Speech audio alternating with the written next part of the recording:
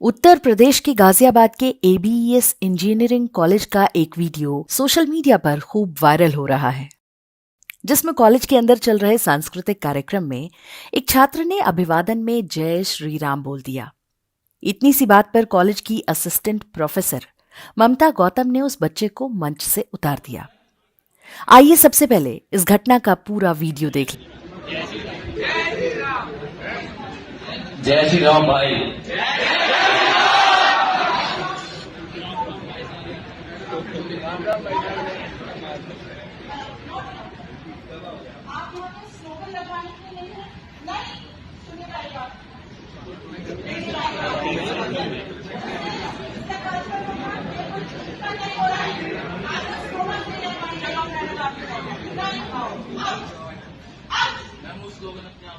तो आपने सुना कि ममता गौतम किस तरह से आउट आउट चिल्लाते हुए बच्चे को मंच से हटाती हैं। उनके साथ एक अन्य शिक्षिका श्वेता शर्मा भी थीं। उन्हें भी जय श्री राम शब्द पर आपत्ति थी। उनका कहना था कि एक सांस्कृतिक कार्यक्रम में ऐसी बेकार की बातें नहीं होनी चाहिए। Cultural event and we are here for some good time, so why there is slogans of Jai Shri Ram, इसका कोई लॉजिक नहीं है, बिल्कुल इसका कोई लॉजिक नहीं है। Be in discipline.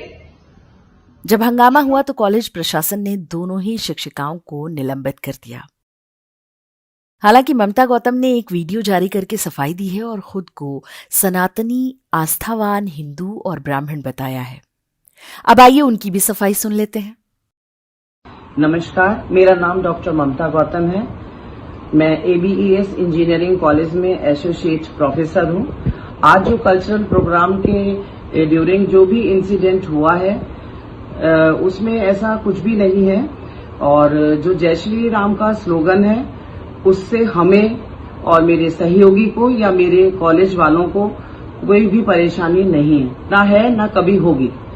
वो स्टूडेंट बहुत ज्यादा आर्गुमेंट कर रहा था मेरे सहयोगी से, और आर्गुमेंट करने की वजह से हम वहां गए और हमने यही बोला कि आपने बोला है, और as a discipline and cultural coordinator होने के नाते बच्चे को हमने यही कहा कि भाई आपने ही बोला है और ऐसा कुछ भी नहीं है। जो जातिगत टिप्पणी हो रही है मेरे बारे में, ये मुझे बहुत परेशान कर रही है। और यहाँ सोचने वाली बात यह है कि दोनों ही शिक्षिकाओं ने ऐसा किया क्यों। हमें नहीं लगता कि उनके माता पिता और समाज ने उन्हें ऐसे संस्कार दिए होंगे। भारत में सांस्कृतिक कार्यक्रम में सीताराम और राधा कृष्ण के नाम नहीं होंगे तो किसके होंगे भला।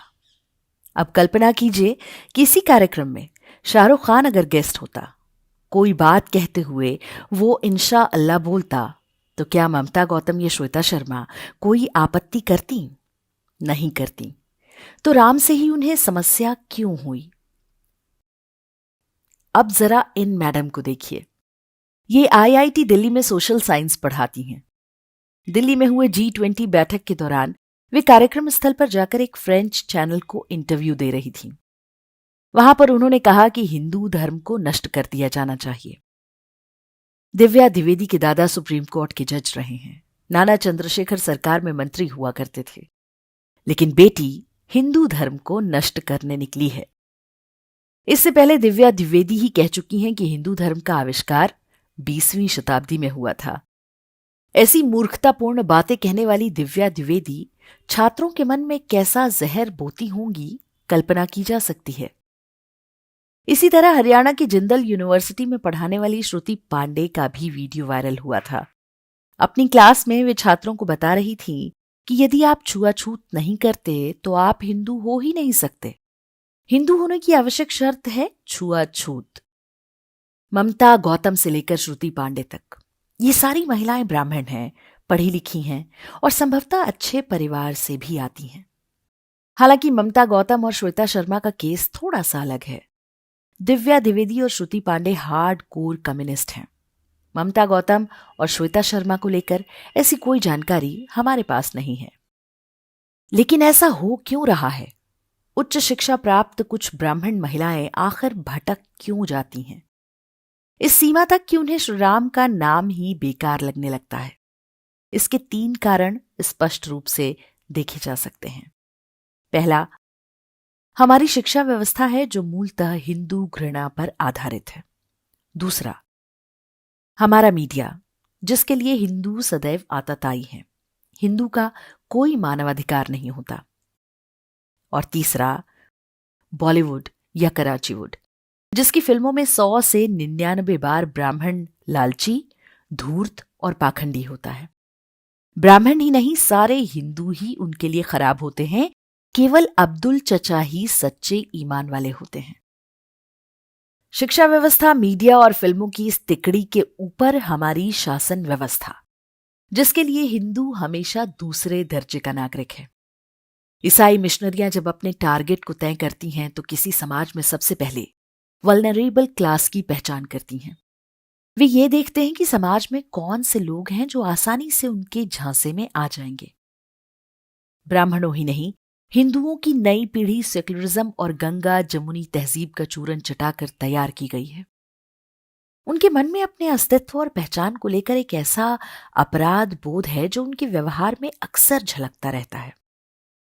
एक समय था जब किसी हिंदू से उसका धर्म पूछा जाता था तो सबसे पहले वो ये बताता था कि मैं हिंदू तो हूं, लेकिन सभी मजहबों का सम्मान करता हूं, मैं अपने देवी देवताओं को नहीं मानता, वगैरह वगैरह।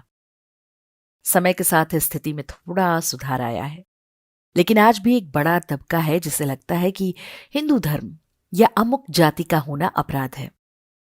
ब्राह्मणों को जिस प्रकार से बीते कुछ दशकों में अत्याचारी और बदमाश सिद्ध किया गया है, सामूहिक रूप से ब्राह्मणों का एक वल्नरेबल क्लास इससे प्रभावित हुआ है।